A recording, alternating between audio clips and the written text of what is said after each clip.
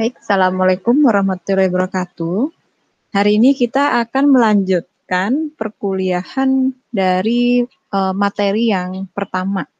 Jadi kalau yang kemarin materinya mengenai respirasi itu apa, kemudian bagaimana bisa terjadinya proses ventilasi, inspirasi, dan ekspirasi, dan apa kegunaan dari oksigen. Sekarang kita akan belajar mengenai pertukaran gas dan juga transport gas. Tujuan utama dari bernapas, kita sudah tahu ya, kalau tujuan kita bernapas itu adalah secara kontinu untuk mengambil oksigen yang segar yang ada di dalam darah dan kemudian nanti akan dikeluarkan gitu ya, CO2 ini yang berasal dari sel, yang habis dari yang berasal dari metabolisme sel, kemudian nanti pada akhirnya kita keluarkan menuju keluar dari dalam paru-paru menuju ke atmosfer. Jadi sebenarnya tujuan dari kita melakukan pernapas itu adalah untuk mengambil oksigen dan mengeluarkan CO2 limbah yang berasal dari proses pembentukan metabolisme itu sendiri. Kemudian yang akan kita pelajari di sini, nanti mungkin adik-adik akan tahu mengenai apa tuh ya, namanya tekanan gas parsial gitu ya, tekanan parsial. Karena nanti di dalam perkuliahan ini Anda akan menemukan simbol seperti PO2, PH2O ya, PCO2. Misalnya seperti yang akan nampak di gambaran seperti ini ya, gambaran yang di sini PO2 ini apa, PCO2 ini apa. Jadi sebelum kita mengetahui lebih jauh mengenai apakah itu, saya jelaskan dulu makna dari P ini. Jadi di sini diberi simbol P itu menunjukkan bahwa dia merupakan suatu tekanan parsial. Tekanan parsial itu adalah tekanan suatu gas spesifik dalam campuran gas.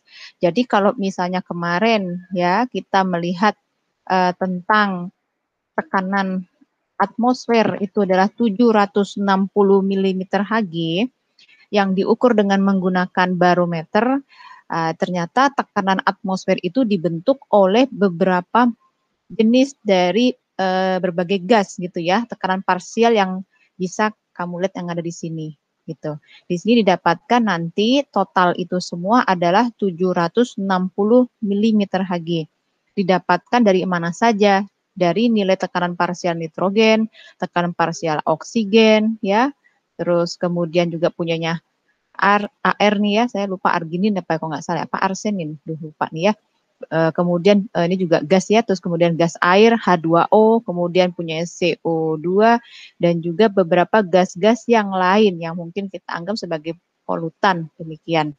Kalau melihat dari gambaran yang ada di sini, ini bisa Anda perhatikan bahwa tekanan dari gas nitrogen itu memiliki tekanan yang paling tinggi yang ada di atmosfer. Ya, ternyata di sini lebih banyak kalau kita dulu menganggap bahwa oksigen itu merupakan gas yang paling besar gitu ya, yang paling banyak di bumi. Ternyata yang paling banyak itu adalah gas nitrogen. Di sini baru yang kedua adalah punyanya oksigen 158,8 mm Hg. Kemudian air dan juga CO2 di sini untuk air hanya 2,3 dan CO2 0,3. Jika kita totalkan sekitar 760 mm Hg. Untuk tekanan yang dibentuk yang di sini di atmosphere pressure ini, tekanan atmosfer yang 760 ini hanya berlaku diambil pada ketinggian sea level atau artinya di ketinggian di atas permukaan laut. Karena nanti kalau misalnya dia lebih tinggi lagi, maksudnya kita pergi naik ke atas ketinggian, naik ke puncak gunung, misalnya ya dengan ketinggian 3.000 meter, atau mungkin misalnya kita pun menyelam di bawah kedalaman, pastinya tekanan dari atmosfer ini juga akan berubah nilainya. Kalau seandainya kita naik ke atas, tekanan barometer yang akan ditunjukkan bukanlah 760 tapi bisa jauh lebih rendah dibandingkan dengan nilai yang berada di ketinggian sea level. Begitupun juga kalau seandainya kita turun menyelam ke bawah, tekanan yang dihasilkan pun tekanan atmosfernya bukan lagi 760 tapi pasti akan jauh lebih tinggi daripada tekanan yang ada di sini. Demikian ya. Nah, sekarang di sini jadi sudah tinggal dibaca sendiri ya dengan handout yang sudah diberikan sebelumnya. Nah, saya kasih gambaran saja di sini ini bahwa dia mau menunjukkan betul bahwa total dari tekanan atmosfer itu adalah 760 gitu ya, 760 di mana paling besar hampir 79%-nya ini adalah gas nitrogen. Kalau Anda bertanya, sebenarnya gas nitrogen ini di dalam tubuh kita akan jadi apa gitu. Padahal kan waktu kita menghirup udara, pastinya gas nitrogen ini pun juga akan masuk ya, masuk ke dalam pernafasan. Berikut pula dengan oksigen dan mungkin juga beberapa gas-gas lain yang seperti kayak polutan yang juga masuk terhidup di dalam pernafasan kita. Tetapi untuk gas nitrogen sendiri kira-kira menurut Anda gitu ya, apa pengaruhnya pada tubuh kita? Ada tidak pengaruhnya? Itu menjadi pertanyaan kuis pertama dan selamat untuk dijawab ya. Nanti kita akan jawab pada pertemuan sinkronus. Yang berikutnya, ini sudah ya kita menemukan menceritakan tentang gradien tekanan parsial. Mungkin masih ingat kemarin yang mengenai tentang gradien tekanan parsial. Karena apa? Ini juga sama gitu. Kita akan membahas dari tekanan yang tinggi menuju ke tekanan yang rendah untuk bisa terjadinya proses pertukaran gas. Nah, jadi kalau misalnya ngeliat dari gambaran yang ada di sini, ini mungkin saya ngambil dari buku Sherwood ya, mungkin dari Sherwood. Di buku apapun itu Faal punya si Thornton atau mungkin punyanya si siapa lagi tuh ya? Aduh, saya sampai lupa nih. Punya Tortora tuh ya, itu juga bagus.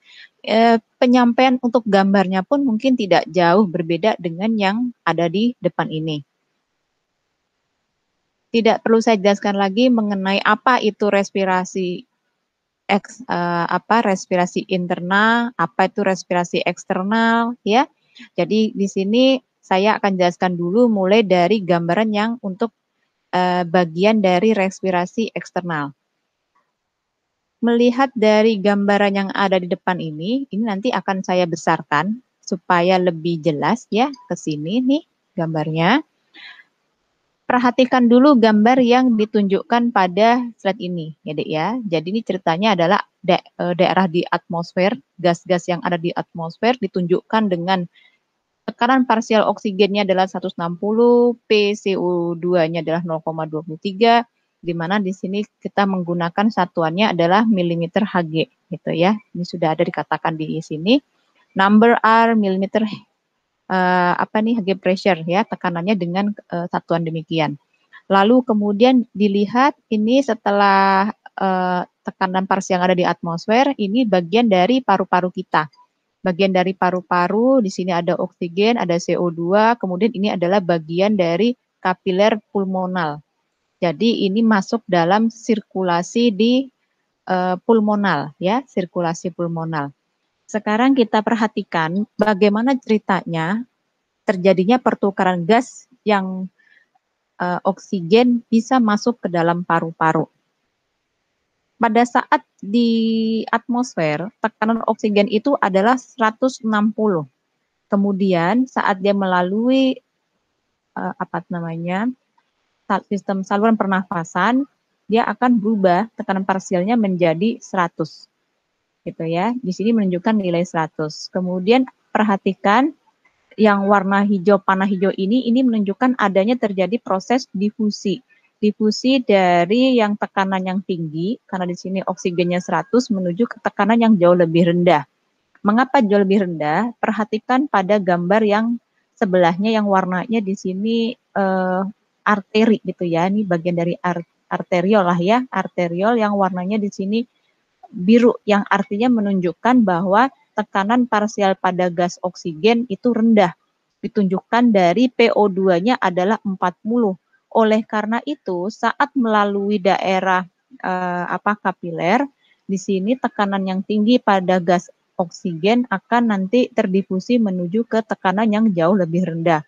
Sehingga nanti pada akhirnya pas waktu menuju ke venula dan ke vena pulmo, nilai dari PO2-nya naik ya, dari tadinya 40 dia menjadi 100. Artinya di sini darah sudah tersaturasi dengan oksigen gitu ya, sudah kaya akan oksigen venanya untuk dibawa kembali menuju ke bagian dari atrium sebelah kiri. Setelah itu Anda juga bisa perhatikan untuk PCO2-nya di sini, ini nilainya adalah 46 ya. 46 dia pada saat nanti melalui kapiler, kenapa kok nilainya 46? Nanti kita akan lihat bahwa memang daerah yang belum maksudnya belum diberi saturasi oksigen pasti nilainya akan jauh lebih rendah karena kan buangan dari hasil metabolismenya lebih tinggi gitu ya. Nanti kita lihat kelanjutan ceritanya. Tapi diperhatikan dulu di sini bahwa PCO2 yang nilainya 46 mm Hg, dia saat melewati kapiler pulmonal akan berdifusi keluar menuju ke alveolus. Karena apa? Karena kita tahu bahwa tekanan yang ada di daerah alveolus ini jelas jauh lebih kecil. Ditunjukkan dari nilai di sini menunjukkan bahwa PCO2-nya adalah 40. Antara 46 yang berada di kapiler dengan yang PCO2 nilai 40 di alveolus jelas lebih besar yang ada di daerah kapiler. Sehingga makanya ini terdifusi menuju keluar hingga sampai akhirnya naik keluar dari atmosfer. Jadi proses terjadinya pertukaran itu demikian. Makanya nanti di sini ditunjukkan pada saat nanti kapiler darah ini sudah membuang atau istilahnya mengeluarkan gas CO2-nya keluar, tekanannya yang tadinya dia 46 pada saat melalui vena pulmonalis PCO2-nya menjadi 40 mm Hg ya.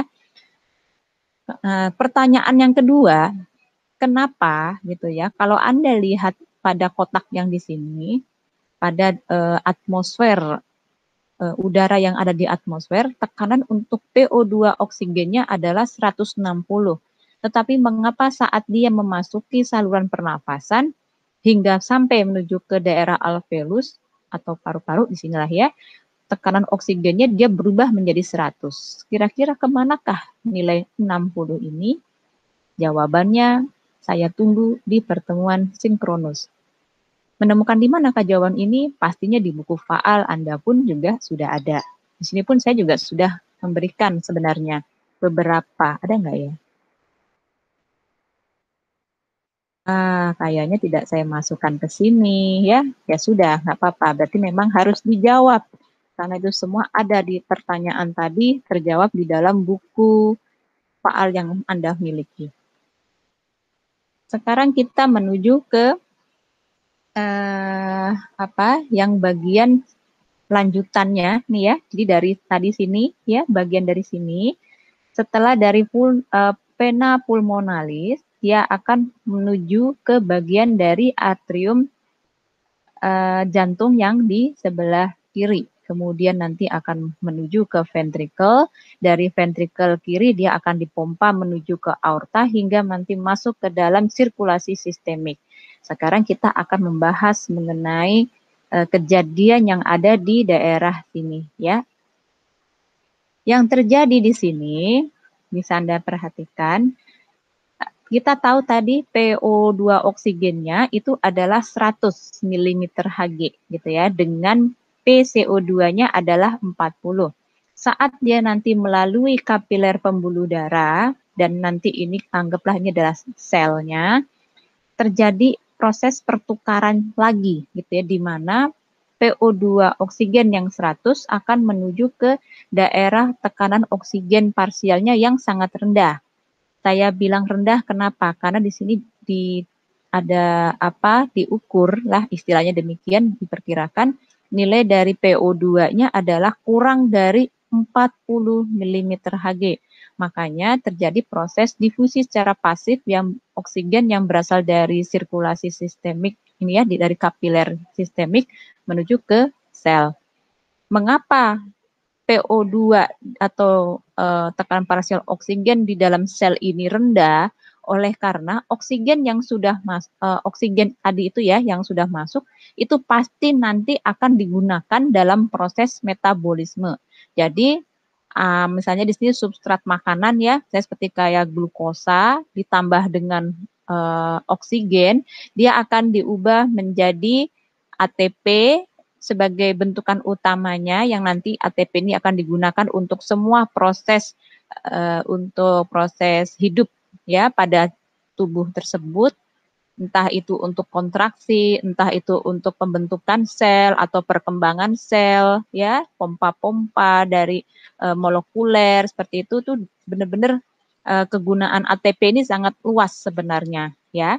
Lalu kemudian hasil dari apa namanya limbahnya gitu di sini ada air H2O dan juga ada CO2 dan juga ada energi yang tidak bisa hilang yaitu panas. Karena oksigen ini dipakai, pastinya tekanan oksigen yang ada di dalam sel ini pun juga akan menurun. Sebaliknya, CO2 ini akan terus bertambah nilainya karena memang dibentuk terus selama proses metabolisme ini terjadi. Oleh karena itu di sini dikatakan CO2 akan lebih besar daripada 46 mm Hg tekanan parsialnya. Jadi kita lihat pada yang daerah kapilernya yang di sini, PCO2-nya adalah 40, sedangkan yang di dalam sel ini adalah PCO2-nya lebih dari 46, maka akan terdifusi lah PCO2 yang dari dalam sel menuju keluar sel, yaitu masuk ke dalam sirkulasi sistemik gitu ya, melalui kapilernya. Sehingga pada akhirnya ini hasil akhirnya. Makanya kenapa pada saat nanti setelah melalui kapiler, kemudian melalui venula dan vena didapatkan nilai PO2-nya ini miskin ya 40 dan PCO2-nya 46. Dan dikembalikanlah ini semua nanti menuju ke jantung, baik itu nanti yang ada yang masuk kembali ke atrium melalui vena cava superior maupun vena cava inferior, untuk pada akhirnya nanti dikembalikan lagi untuk diisi di dalam sirkulasi pulmonal. Demikian ya. Jadi itulah ceritanya bagaimana terjadinya proses transportasi proses apa namanya pertukaran gas antara CO2 maupun O2. Ini gambarannya sama seperti kayak yang sebelumnya, hanya mungkin dari sumber yang berbeda. Silahkan Anda pelajari sendiri, dianalisa, sepertinya sama saja, cuman mungkin nilainya agak sedikit berbeda. Misalnya di sini untuk yang tekanan PO2 atau parsial oksigen di Alvera adalah 105, sedangkan pada buku textbook Sherwood itu 100. Tapi intinya itu tidak akan terlalu jauh-jauh dari nilai ini, dan hanya saya juga tidak terlalu menekankan nilainya. Yang penting Anda paham bahwa apa namanya tentang perbedaan dari gradien ini sehingga bisa menyebabkan proses terjadinya pertukaran.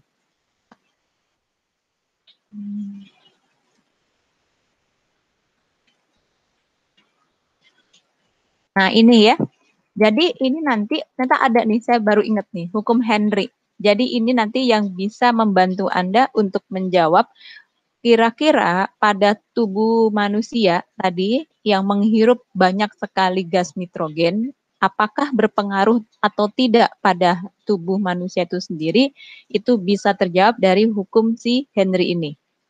Gitu ya, bahwa dia mengatakan kalau seandainya nitrogen itu tidak akan maksudnya belum tentu memiliki suatu efek gitu ya, mengganggu efek dari fungsi tubuh manusia apabila dia berada pada ketinggian di permukaan laut. Jadi maksudnya kalau orang itu tinggal atau mungkin berada di daerah ketinggian permukaan laut, atau mungkin tidak terlalu tinggi, ataupun mungkin juga tidak tinggal di bagian yang seperti kayak orang menyelam terlalu dalam, maka nitrogen ini pun juga tidak akan memiliki pengaruh yang besar terhadap orang tersebut.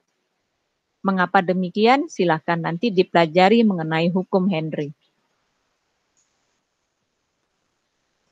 Ini ada beberapa faktor di luar gradien tekanan parsial tadi yang bisa mempengaruhi dari kecepatan difusi pada gas-gas yang ada tadi ya, gas oksigen maupun CO2 yang bisa cepat berpindahnya.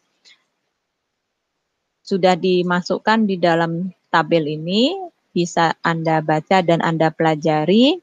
Bisa kita ambil misalnya tadi sudah kita lihat bahwa adanya karena perbedaan tekanan parsial gas-gas. Itu tadi salah satu contohnya ya. Salah satu contoh yang sudah dijelaskan di slide yang pertama. Kemudian juga pengaruh dari luas permukaan yang tersedia untuk pertukaran gas. Nah, ini tadi mungkin kalau misalnya sudah belajar di fisiologi yang respi yang pertama, mungkin bisa Anda ingat kembali tentang luas permukaan yang tersedia untuk pertukaran gas ini, maksudnya adalah pada si alveolusnya. Tuh ya, surface area of the alveolar membrane. Jadi kalau semakin besar luas permukaan membran alveolarnya, maka yang diharapkan pastinya juga akan menyebabkan kecepatan pemindahan gasnya pun juga akan lebih besar gitu ya, akan lebih cepat. Jarak difusi juga demikian. Jarak difusi itu berarti seperti kayak antara jarak kapiler pembuluh darahnya dengan jarak alveolusnya. Jadi kalau semakin jarak difusinya ini semakin lebar, entah mungkin karena ada suatu proses keradangan di sana, misalnya, maka tentunya juga akan mengganggu dalam menurunkan kecepatan dari pemindahan gas. Begitupun juga dengan berat molekul dan kelarutan gasnya itu sendiri. Ini sudah ada di sedikit ya tentang perbagian-perbagian penjelasan sedikit mengenai luas permukaan, jarak difusi dan berat molekul yang ada di sini. Tuh ya, ini bisa nanti dibaca.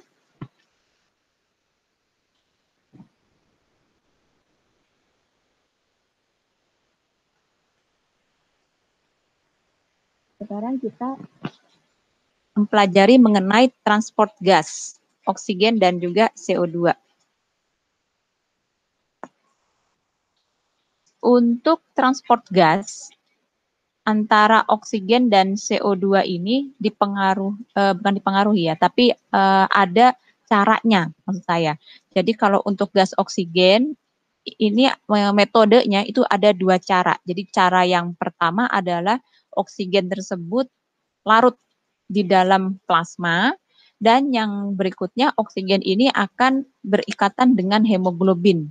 Jadi kalau dilihat di sini, antara cara yang pertama atau yang kedua, oksigen ternyata menggunakan cara yang kedua yang jauh lebih banyak, yaitu dengan berikatan dengan hemoglobin.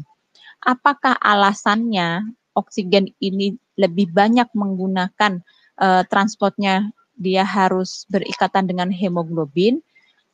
Ceritanya nanti akan kita jelaskan di belakang, ya. Nah, ini. Jadi dari cerita yang ada di sini, gitu ya, dia mau cerita.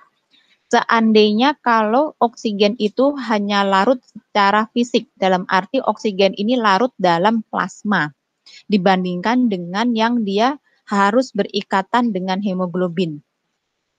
Bayangkan jika 1 liter darah itu dia mengandung tekanan parsial oksigennya adalah 100 mm Hg ya. Jadi dalam 1 liter darah itu tekanan parsial oksigennya 100 dengan oksigen yang terlarutnya ini adalah sekitar 3 cc gitu ya, 3 ml.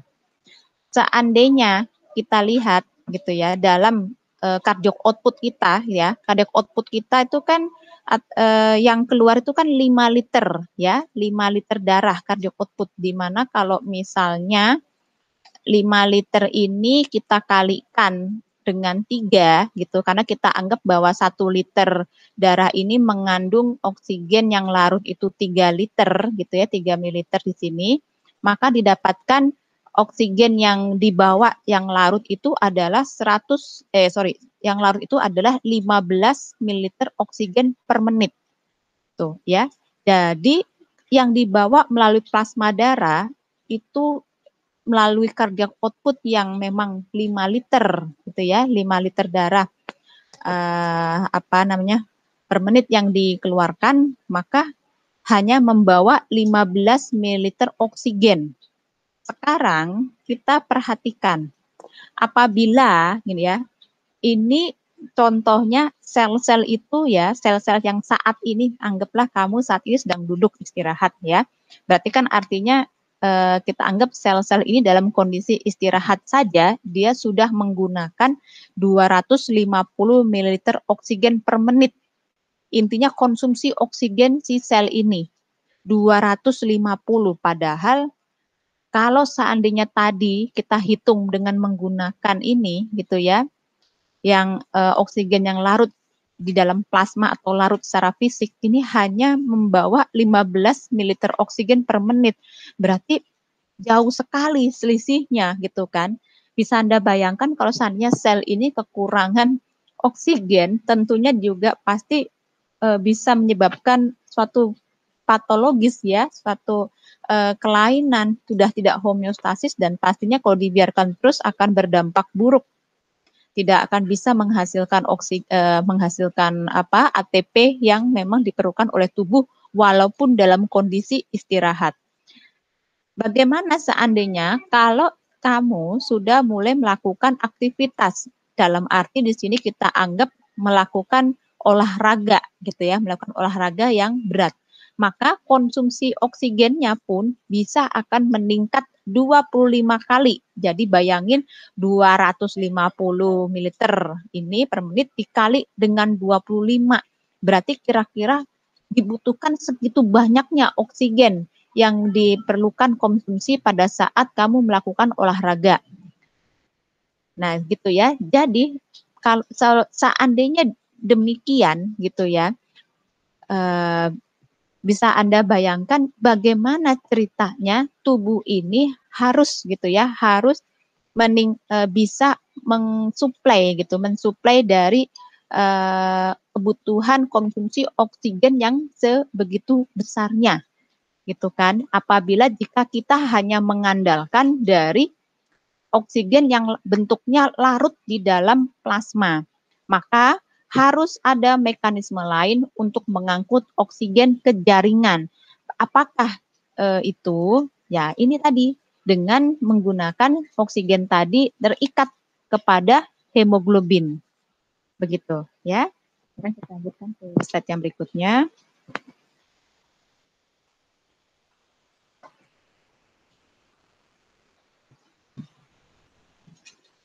Ini adalah gambaran dari sel darah merah. Sel darah merah bentuknya khas, cakram bikonkav, di mana dia bentuknya seperti donat, tapi tengahnya tidak bolong ya, tapi tengahnya lebih lebih kelihatan ini ya, lebih kelihatan tipis sekali gitu, sehingga seolah-olah kelihatannya seperti donat, sebenarnya tidak demikian. Satu-satunya di dalam tubuh yang memiliki hemoglobin gitu ya, yang terikat dengan oksigen paling banyak itu ada pada sel darah merah. Jadi kalau misalnya kita lihat si sel darah merah ini memang dia kalau dilihat sekilas memang bukan sekilas lagi lah ya, kalau kita lihat ini memang organ ini istimewa selnya, kok organ sih, sel ini istimewa. Kenapa? Karena dia kosongan, tidak memiliki inti sel, tidak begitu banyak memiliki organel-organel gitu ya yang mensupport untuk kelangsungan hidup si sel darah merah ini sendiri, dan dia hanya diisi oleh si hemoglobin ini. Nah, jadi hemoglobin ini dibentuk oleh 4 rantai. empat rantai dari globulin nih ya, yang warnanya yang seperti kayak rantai-rantai ini. Kemudian ada hemnya. Jadi yang ini yang warna biru rantai-rantai ini tuh ya, ini adalah si globulin, dan yang hem itu yang seperti kayak keping-kepingan seperti ini gitu ya. Dan dia di sini ada 4 keping. Di dalam hem ini mana ya? Kok nggak ada?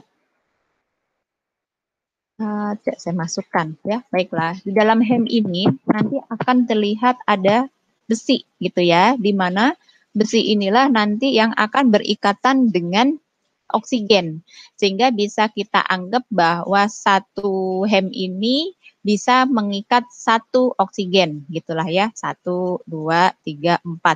Ikatan hemoglobin dengan oksigen kita namakan sebagai oksihemoglobin. Tuh ya. Jadi hemoglobin dengan oksigen kita namakan sebagai oksihemoglobin. Lalu berikutnya, nah inilah alasan kenapa oksigen itu diperlukan dibawa dengan menggunakan hemoglobin. Kalau lihat dari gambaran ini gitu ya, ini ceritanya yang bentuknya bulat-bulat ini ceritanya ini oksigen ya, Dek ya. Ini ceritanya adalah oksigen, ini adalah alveolusnya, dan ini adalah kapiler pembuluh darah pada pulmonalnya. Kita hitung jumlah buletannya. 1, 2, 3, 4, 5, 6, 7, 8. Begitupun juga yang ada di daerah kapiler pulmo ini ada 1, 2, 3, 4, 5, 6, 7, 8. Artinya PO2 yang ada di alveolar, oksigen, dengan VO2 yang ada di daerah kapiler, itu nilainya sama, karena sama-sama kita anggap ini 8, ini juga 8. Sehingga di sini tidak terjadi proses pertukaran gas antara oksigen, baik itu menuju keluar, ataupun oksigen yang berasal dari alveolus menuju ke dalam ya, intinya demikian. Sehingga kalau begitu, karena kita harus ingat kemarin ya tadi tentang perbedaan gradien, di mana tekanan yang tinggi dia akan menuju ke tekanan yang rendah.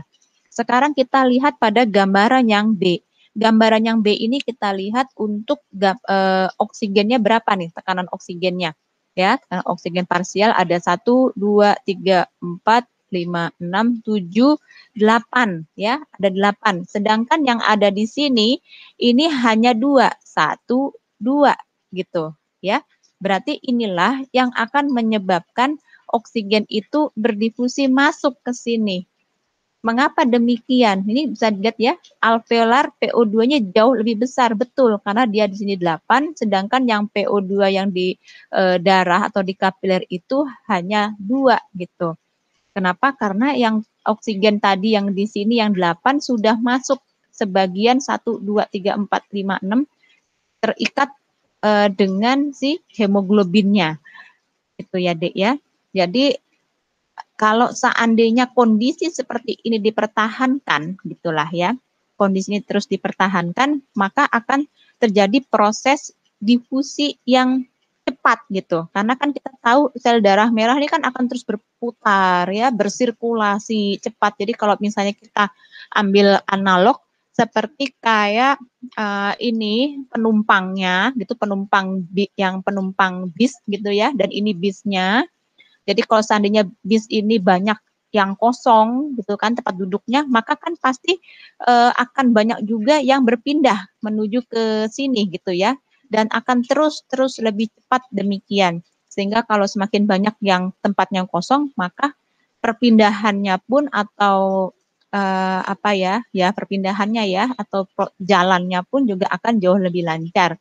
Sedangkan kalau pada gambar ini, yang gambar C, ini cuma menjelaskan bahwa kalau seandainya sudah penuh lah ya seperti ini, maka bisa penuh dalam arti si hemoglobin ini sudah memegang semua gitu ya. Jadi ini hemoglobin ini ada bisa mengikat 4 oksigen, dia sudah penuh semua dengan penumpangnya gitu ya.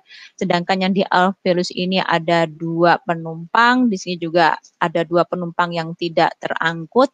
maka di sini dikatakan alveolar PO2 oksigennya itu sama dengan PO2 yang ada di darah. Artinya juga tidak akan terjadinya proses pertukaran.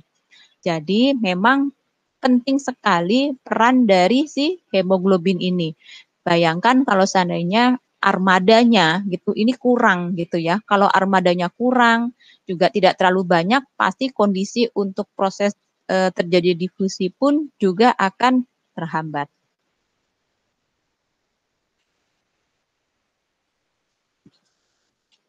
Ini sudah seperti yang tadi yang saya jelaskan. Kemudian yang penting lagi ini sudah. Ini gambaran ini. Nah ini namanya kurva. Kurva disosiasi oksigen hemoglobin ya. Jadi kurva disosiasi itu apa sih? Kalau melihat dari gambaran yang ada di sini, ini kan suatu grafik. Grafik yang ke arah sini ini menunjukkan tekanan parsial pada oksigen ya. Ada 10, 20 mililiter Hg, 30, 40, 50 dan seterusnya.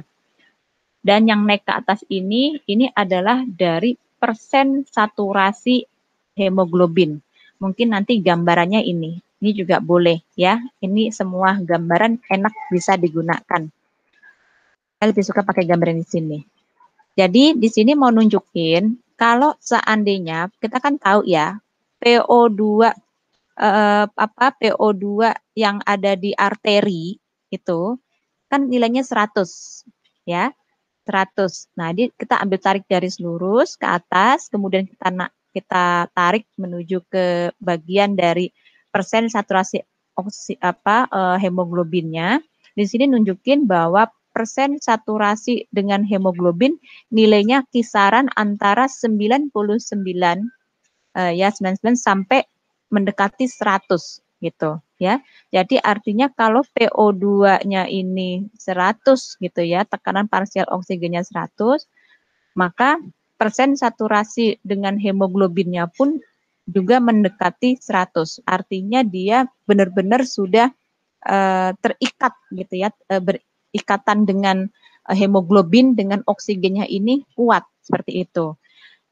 Jadi tidak ada yang dilepaskan si oksigen ini. Tetapi kita lihat semakin turun dari tekanan parsial oksigen itu, terutama di tekanan oksigen yang 40 nih ya, 40, maka bisa Anda lihat ikatan istilahnya, ikatan antara hemoglobin dengan oksigennya juga akan menurun sehingga oksigen juga banyak yang terlepas antara ikatan hemoglobin dengan oksigen sehingga didapatkan nilai persen saturasi hemoglobinnya pun sekitar seperti ini ya. Mungkin sini kita anggap sekitar berapa lah ya, 79 ya, 79% sampai 80%.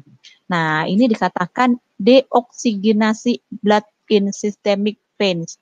Jadi memang ini dalam kondisi kalau PO2 oksigen yang seperti ini kan kondisi yang kalau kita lihat yang di daerah vena ya, di daerah venanya. Makanya tekanan oksigen parsialnya hanya 40 dan persen saturasi hemoglobinnya pun tidak sampai nilai-nilai yang seperti ini. Ini menunjukkan bahwa memang kondisi ini adalah kondisi yang deoksigenasi, artinya darah yang miskin dengan oksigen. Apalagi seandainya dia melakukan kerja gitu ya, dalam arti adanya contracting skeletal muscle, sehingga pastinya oksigen juga akan semakin banyak dipakai untuk proses metabolisme dan pastinya juga tekanan parsial oksigennya pun juga akan menurun. Di sini dilihat nilainya tekanan parsial oksigennya adalah 20 ml Hg dan untuk persen saturasi hemoglobinnya pun juga jauh dari nilai pada yang di normal ya, yang di bagian venanya ya, di bagian sirkulasi venanya tuh ya. Sehingga nilainya pun juga antara berapa ini, sekitar 35 ya, 35 seperti itu. Jadi ini mau nunjukkan apa? Mau nunjukin bahwa kurva disosiasi ini kalau seandainya saturasi gitu ya, kita anggap bahwa kalau misalnya tekanan parsial oksigennya ini bagus, ketika di RT kan 100, maka persen saturasi hemoglobinnya pun juga akan sekian gitu ya, hampir mendekati 99 sampai 100. Bisakah Anda melihat persen saturasi hemoglobin ini? Mungkin juga salah satunya bisa dilihat dari pemeriksaan pulse oximetry. Mungkin bisa mencerminkan sedikit tentang itu, di mana kalau kita lihat pulse oximetry ini, walaupun memang alat itu yang bisa Anda perhatikan di mana tuh ya, yang kalau di rumah sakit tuh ya, di rumah sakit, terus kemudian bisa dilihat ada alat yang nempel di bagian jempol atau di jari telunjuk gitu, terus kemudian menunjukkan angka-angka persen saturasi oksigennya. Memang kan yang normalnya adalah sekisaran antara 98 sampai 100 gitu ya. 80 juga masih bisa katakan bilang normal sih enggak ya gitu. Maksudnya yang dalam kondisi yang bagus, yang homeostasis itu memang dinilai angka-angka demikian. Lalu kemudian apalagi sih kegunaan kurva disosiasi ini untuk menceritakan apa lagi? Nanti Anda akan lebih mengetahuinya saat mempelajari kondisi-kondisi orang yang berada di ketinggian gitu. Jadi maksudnya orang yang berada di ketinggian, yang tinggal di tempat yang tinggi, atau orang yang sedang naik-naik ke puncak gunung di ketinggian 3.000 meter atau mungkin lebih ya. Seperti itu juga pasti akan mempengaruhi dari kurva disosiasi dari hemoglobin ini. Dan juga pada kasus-kasus orang yang menggunakan pilot gitu ya, pilot yang memakai apa tuh ya, memakai oksigen murni. Nah, jadi waktu dia lagi terbang, pilot-pilot apa tuh namanya, pilot-pilot pesawat tempur ya, dia kan pergi naiknya kan juga kalau terbang lebih tinggi daripada pesawat komersial gitu kan ya. Jelasnya dia membutuhkan suplai dari oksigen murni karena semakin tinggi kita naik ke atas, maka tekanan barometernya pun juga akan semakin rendah. Oksigennya pun semakin rendah. Tapi ternyata walaupun ya si pilot itu menggunakan oksigen murni, tetap misalnya ini nilainya ya kita tarik garis lurus lagi ke sana, misalnya sampai berapa ya 120, 30 misalnya. Angka pada saturasi atau persen saturasi hemoglobinnya pun juga tidak akan naik lebih tinggi lagi. Jadi benar-benar sudah flat seperti ini saja. Makanya di sini juga ditunjukkan pada gambar yang ada di sini ada apa yang misalnya seperti kayak 90 nih ya. Jadi kalau PO2 90 ini masih dikatakan bisa masih bisa dikatakan apa ya, nilai persen saturasi oksigennya mirip seperti kayak nilai PO2 100 seperti itu. Jadi masih ada angka aman lah ya kalau bisa kita lihat saat dia sudah melalui 70 nih, 70 PO2 70, misalnya nih arteri ya tekanan parsial oksigennya 70 ke bawah, maka akan turun drastis dia ya persen saturasi dari hemoglobinnya.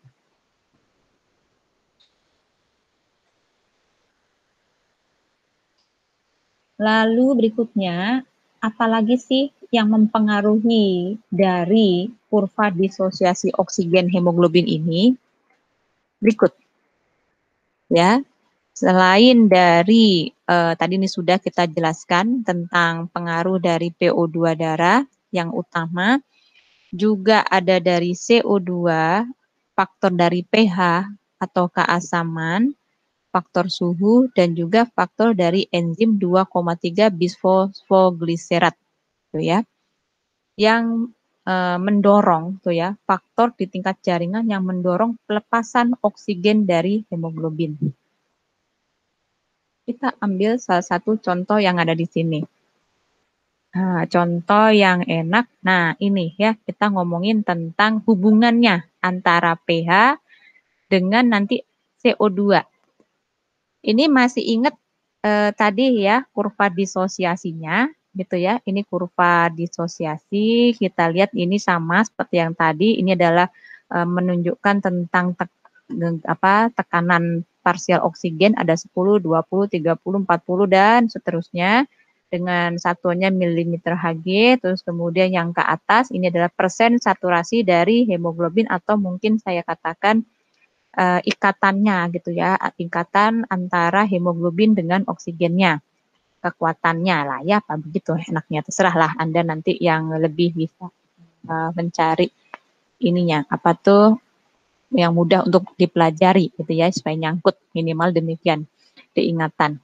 Nah, sekarang diperhatikan untuk yang kurva ini yang warnanya dikasih warna hitam ini adalah yang normal. Artinya normal darah pH normal pH yang normal gitu ya, itu adalah 7,4. Artinya dia tidak asam juga tidak terlalu basa, tapi lebih cenderung sedikit basa gitu ya, cenderung basa.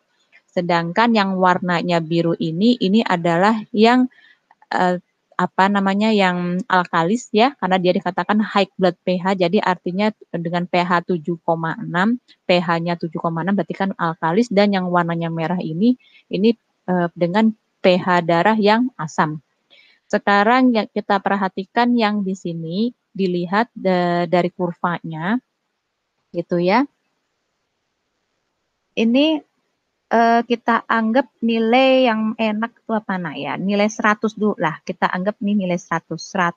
100 ini kan kalau kita tarik garis ke atas, tekanan parsial oksigennya pastikan tadi hampir mendekati 99 mau menuju ke 100 ya, walaupun di sini kayaknya kalau saya tarik garis kayaknya 95 mungkin ya, tapi intinya adalah seharusnya memang ini mendekati nilai-nilai rentang 95 sampai 100 seperti itu.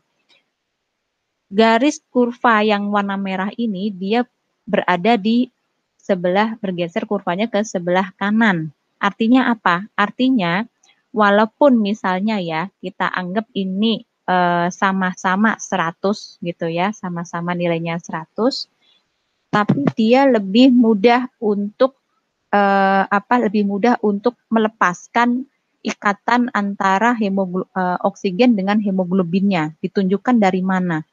Nih ya, karena dia lebih lebih apa tuh lebih lebih mudah melepas tuh, lihat. Karena ini kurvanya di bawahnya, ya. Artinya apa? Artinya pH ini sangat pengaruh sekali dengan kekuatan ikatan antara hemoglobin dengan oksigennya. Oh ya, sudah. Oke. Oh, nggak bisa. Ya sudah. Lalu kemudian ini ya, dilihat lagi lah yang lebih mudah. Misalnya kita anggap ini saya nggak tahu ini kenapa kok dia ngambil 30 ya. Saya susah nih ngambil 30. Enaknya kita ngambil garis 40. Misalnya 40. Kan kalau 40 itu kan yang tekanan parsial oksigen yang ada di daerah vena ya. Di daerah vena saja gitu kan, di daerah vena saja untuk yang normalnya saja itu kan juga tadi tidak terlalu jauh ya. Tidak terlalu mendekati itu, masih sekitar rentang antara 70-80 ya. Ini sekitar seperti itu kita lihat. Sedangkan untuk yang di bagian kurva yang merah, ini dia kalau ditarik garis yang sama gitu ya. Kalau saya kasih tarik garis yang sama atau gimana ya? Saya kasih.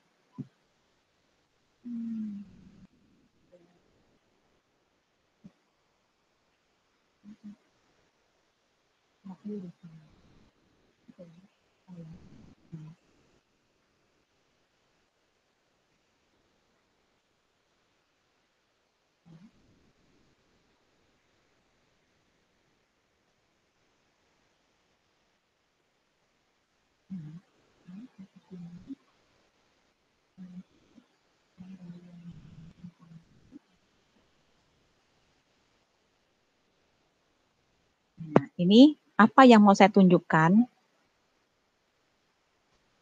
Jadi walaupun sama-sama nilainya 40 gitu ya, 40, tapi kalau pH-nya darah ini berbeda, yang satu ini normal, dia masih dalam rentang sekian nih ya, antara 75-70 pada yang normal, tetapi pada yang asam gitu ya, pada pH darah yang asam justru ikatannya itu lebih persen saturasi hemoglobinnya dia jauh lebih rendah.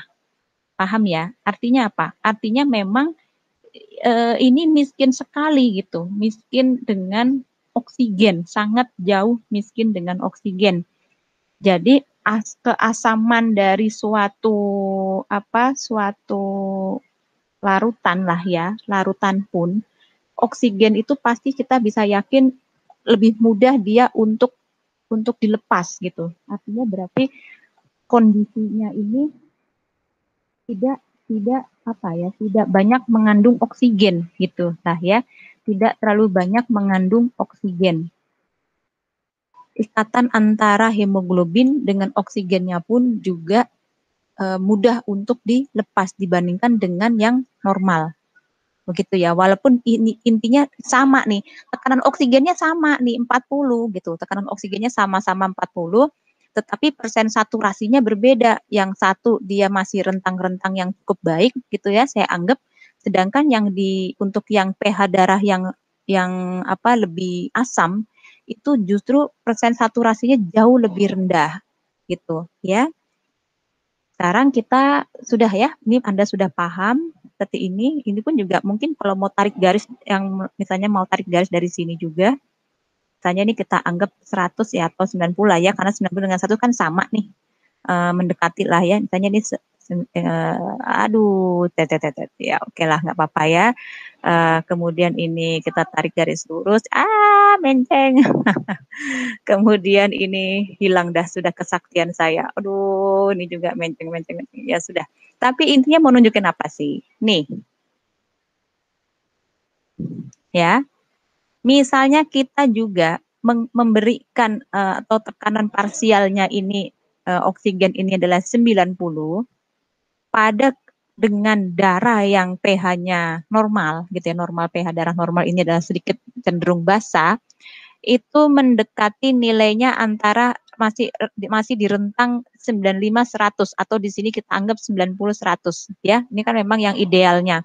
Tetapi pada yang asam tuh ya, yang asam ini justru walaupun tekanan parsial oksigennya ini 90, tetapi persen saturasinya atau ikatan antara hemoglobin dengan oksigennya itu lebih rendah.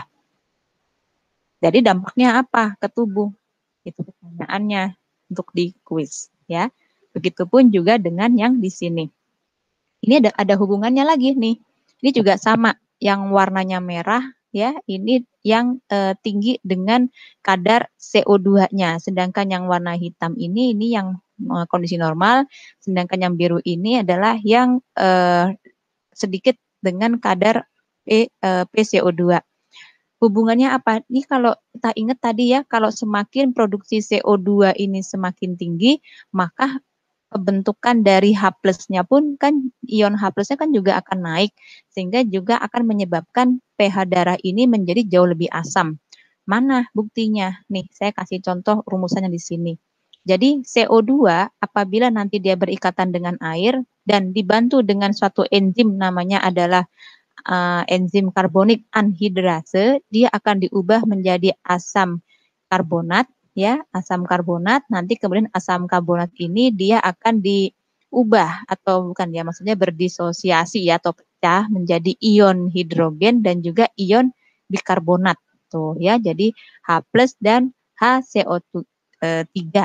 Jadi makanya kalau seandainya produksi dari CO2 ini banyak di dalam darah, maka otomatis produksi dari pembentukan ion hidrogennya pun juga akan meningkat dan akan pengaruh terhadap pH darah menjadi jauh lebih asam. Nah, ini penjelasannya sama lah seperti kayak gambaran yang ada di sini, tidak akan beda jauh. Jadi saling selaras ya antara pH darah yang rendah dengan kadar CO2 yang tinggi. Begitupun juga dengan temperatur. Ya, kita anggap bahwa pada saat kita melakukan apa namanya? Pada saat metabolisme itu meningkat, contohnya ya, ini kan kita anggap kalau metabolisme meningkat, berarti kan pembentukan dari CO2-nya ini pun kan juga pasti akan banyak kan, karena limbah dari metabolisme itu adalah si CO2 dan juga H2O. Dan pastinya selain limbah dari adanya si CO2, saya bilang dalam proses metabolisme itu juga akan ada muncul suatu energi lain yang tidak akan hilang. Ya, jadi energi yang tidak hilang itu sesuai dengan hukum kekekalan energi ada dibentuknya si energi panas. Nah, ini gampangannya begitu aja lah, biar memudahkan kamu untuk menghafal dari kurva ini, untuk mengerti dari kurva ini. Jadi ini pun juga demikian, karena ini temperaturnya lebih tinggi ya, sedangkan yang ini untuk temperatur yang normal, ini temperatur yang jauh lebih rendah, bisa diperhatikan bahwa kurvanya pun juga bergeser ke sebelah kanan gitu ya, dibandingkan dengan yang punyanya kurva yang hitam ini. Penjelasannya sama seperti ini. Tuh ya, jadi ini kesimpulannya bahwa kalau seandainya PCO2 ini meningkat, maka juga akan berpengaruh terhadap peningkatan dari produksi ion H sehingga akan menyebabkan asam. Terus kemudian terjadinya kalau apa metabolisme ini meningkat juga akan menyebabkan temperatur ini jadi naik, dan pengaruh terakhir dari suatu enzim 2,3 bisfosfogliseret yang tinggi juga akan membentuk kurva yang seperti ini gitu ya. Jadi dia menggeser ke kanan tuh. Seperti ditemukan di tingkat jaringan, menggeser kurva disosiasi antara oksigen dengan hemoglobin ke kanan gitu ya. Akibatnya lebih sedikit oksigen yang berikatan dengan hemoglobin di PO2 tertentu sehingga lebih banyak oksigen yang dibebaskan dari hemoglobin untuk digunakan oleh jaringan. Begitu. Oke, baik, itu mungkin apa maksud cerita dari adanya kurva disosiasi ini. Silakan nanti Anda juga mempelajari tentang pulse oximetry atau alat oximetry ini untuk apa? Apakah kerjanya sama untuk mengetahui dari persen hemoglobin ini? Lalu ini saya tidak bisa jelaskan ya, tinggal Anda baca sendiri. Berikutnya, nah sekarang kita ngomongin tentang CO2. Jadi kita kembali dulu sebentar bahwa transportasi dari gas CO2 itu, kalau tadi oksigen ada 2 cara nih metodenya, kalau CO2 itu ada 3. 1, 2, 3. Yang pertama adalah sama, dia akan terlarut di dalam plasma. Kemudian dia juga ada yang berikatan dengan hemoglobin, lebih tepatnya di rantai globinnya, dan yang berikutnya dia ada yang diubah menjadi bikarbonat. Tuh, tadi kan sudah ya, CO2 kok bisa sih jadi bikarbonat, nanti kita lihat di bagian belakang. Dari ketiga metode ini, yang paling banyak itu adalah yang cara nomor 6, yang cara diubah dia menjadi bikarbonat. Karena kalau dilihat dari persenannya, ini paling besar ya, 60%. Begitupun juga dengan oksigen, yang paling banyak metode yang digunakan adalah yang terikat dengan hemoglobin, 98,5%. Dan Anda sudah tahu ya alasannya kenapa oksigen ini jauh lebih efektif terikat dengan hemoglobin dibandingkan dengan dia yang terlarut di dalam larutan plasma. Di sini kita menuju ke, nah ini ya. Nih ya, gambar yang enak. Ini sebenarnya gambarnya bebas nih, mau pakai gambar yang mana aja terserah gitu ya. Tapi saya lebih suka gambar yang ini.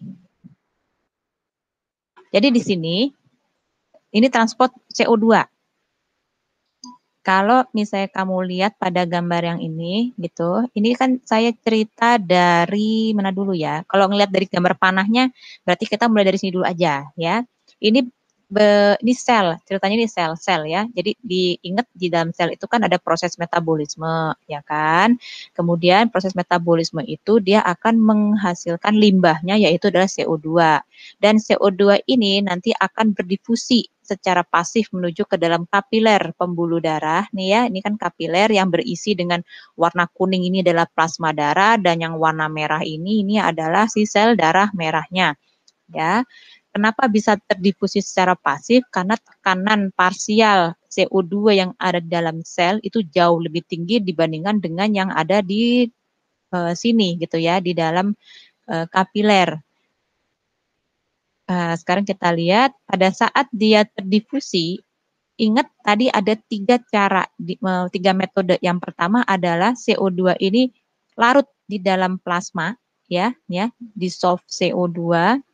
Terus kemudian ada yang dia berikatan dengan hemoglobin. Jadi ceritanya CO2 ini gitu ya, nanti dia akan berikatan dengan hemoglobin, lebih tepatnya mungkin pada rantai globin untuk menjadi HbCO2. Nah, ini nama ikatannya ya. Bahasa itunya kimianya apa ya? Ya sudahlah ya, saya pakai namanya HbCO2 aja lah ya. Kemudian setelah itu, yang cara ketiga adalah diubah menjadi ion bikarbonat. Nah, ini. Jadi tadi CO2 ini nanti dia akan dengan air yang ada di ini kan ceritanya semua terjadi di dalam sel darah merah ya. Jadi CO2 ini dengan air, dengan bantuan dari enzim karbonik anhidrase, dia akan diubah menjadi tadi asam bikarbonat ya, asam bikarbonat, di mana nanti asam bikarbonat tadi akan berdisosiasi atau memecah menjadi ion H plus dan menjadi ion bikarbonat. Nah, di sini Anda lihat ion bikarbonat ini kan nanti dia ada tuh di dalam sel darah merah ini ya kan, dan dia harus dikeluarkan menuju ke ruangan, maksudnya menuju ke plasma darah. Caranya bagaimana? Di sini ada suatu antiporter ya. Antiporter itu adalah kalau seandainya ion bikarbonat ini keluar, maka Cl atau klorida yang ada di dalam plasma darah ini harus masuk ke dalam. Jadi istilah itu kayak tukeran gitu lah ya, kayak tukaran. Jadi intinya nanti HCO3 ini keluar, maka si klorida ini yang nanti masuk seperti itu. Makanya akan ditemuin ion bikarbonat ini di plasma darah seperti itu ya. Pada saat nanti dia sudah mencapai istilahnya lah ya, kita anggap dia sudah sampai nih sirkulasi di daerah sirkulasi pulmonal gitu ya. Karena sini ada alveolusnya seperti itu. Nah, nanti yang terjadi begini ceritanya. Untuk yang larutan yang CO2 yang larut tadi, dia akan terdifusi secara pasif menuju ke alveolus ya, terdifusi secara pasif menuju ke alveolus karena gradien tekanannya kan memang jauh lebih tinggi di sini dibandingkan dengan yang ada di alveolus ya. Terdifusi pasif, lalu kemudian nasib dari CO2 tadi yang berikatan dengan hemoglobin nih yang HbCO2 itu bagaimana? Nah, di sini ikatan antara Hb dengan CO2 dia nanti akan pecah juga menjadi Hb ya hemoglobin dan CO2-nya, dan CO2 ini nanti akan larut di dalam larutan plasma dan nanti terdifusi juga menuju ke alveolus. Begitu ya. Lalu kemudian bagaimana dengan yang tadi si CO2 yang menjadi ion bikarbonat. Nah, ini. Jadi tadi yang kembali lagi ini ada apa namanya yang si antipoter tadi gitu ya yang berada di membran dari sel darah merah, dia akan menyebabkan HCO3 ini masuk ke dalam tetapi juga bergantian harus ada klorida yang keluar menuju ke larutan plasma. Sehingga nanti ion bikarbonat ini akan bertemu gitu ya dengan H+ gitu dan nanti dengan bantuan dari enzim karbonik anhidrase menjadi air dan CO2. Nah, CO2 ini nanti akan keluar terdifusi untuk pada akhirnya menuju ke alveolus.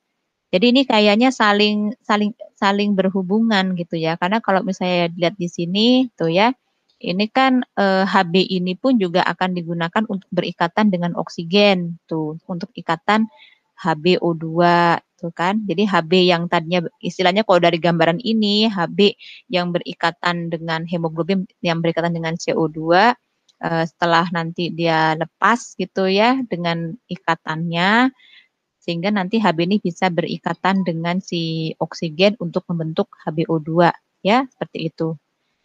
Ceritanya demikian. Ini gambarannya bisa nanti kamu pelajari sendiri, menganalisa. Jika ada yang kamu masih belum paham, ingin ditanyakan, silahkan nanti ditanyakan pada saat kita bertemu di kuliah daring yang sinkronus ya. Siapkan pertanyaannya dan juga tolong dipersiapkan untuk jawaban kuis yang sudah saya sisipkan di perkuliahan ini. Nanti akan kita bahas bersama-sama saat bertemu. Nah, ini mungkin Anda belum waktunya belajar mengenai hal ini, tapi nggak ada salahnya itu belajar ya. Belajar kan bagus gitu ya, apalagi lebih ngerti apa tuh namanya, istilah-istilah terminologi yang perlu dipahami karena ini semua ada beberapa terminologi itu istilah-istilah yang akan terus Anda harus ingat selalu seperti itu. Jadi kalau kondisi-kondisi adanya suatu kelainan karena misalnya kekurangan dari oksigen ya itu dikatakan sebagai hipoksia. Jadi kalau misalnya kamu lihat apa bedanya sih sianosis, apa sih bedanya asfiksi, apneu ya. Terus kemudian ada hiperkapnia, terus kemudian ada hiperventilasi, apakah sama seperti kayak hiperventilasi, apakah sama seperti satunya apa sih? Bukan takipneu ya, takipneu bukan, hiperventilasi sama apa sih kemarin tuh istilahnya tuh? Ya maksudnya saya lupa nih, jadinya lupa ya. Jadi ini dipelajari, hipoventilasi itu apa, hipoksia, nanti kita akan sedikit belajar mengenai hipoksia, gitu ya. Karena hipoksia sendiri juga ada banyak kelainannya. Dibagi menjadi 1, 2, 3, dan 4. Ada hipoksia hipoksik, ada hipoksia anemia, hipoksia sirkulasi, hipoksia histotoksik. Contohnya misalnya pada hipoksia anemik, berarti kan sesuai dengan namanya anemik, ya anemia berarti kekurangan atau produksi dari sel darah merahnya yang turun misalnya ya, jumlah sel darah merah yang turun misalnya seperti itu, sehingga otomatis hemoglobinnya pun juga akan berkurang sehingga akan mengurangi kapasitas mengangkut dari oksigennya. Dan dipengaruhi oleh siapa saja anemia ini, misalnya di sini bisa dikatakan karena kurangnya jumlah dari hemoglobin, bisa karena penurunan jumlah sel darah merah atau dari adanya keracunan CO gitu ya. Kalau sudah seperti ini kenapa kok CO bisa dikatakan sebagai anemia hipoksik anemik gitu.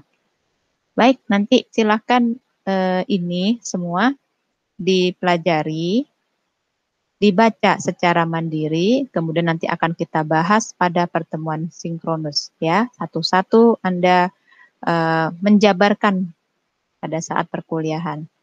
Jika masih ada yang belum bisa menjawab, tidak apa-apa ya, kita nanti akan jawab pada saat perkuliahan. Oke, kalau gitu terima kasih. Saya akhiri untuk perkuliahan kita hari ini. Terima kasih untuk perhatiannya. Saya akhiri. Assalamualaikum warahmatullahi wabarakatuh.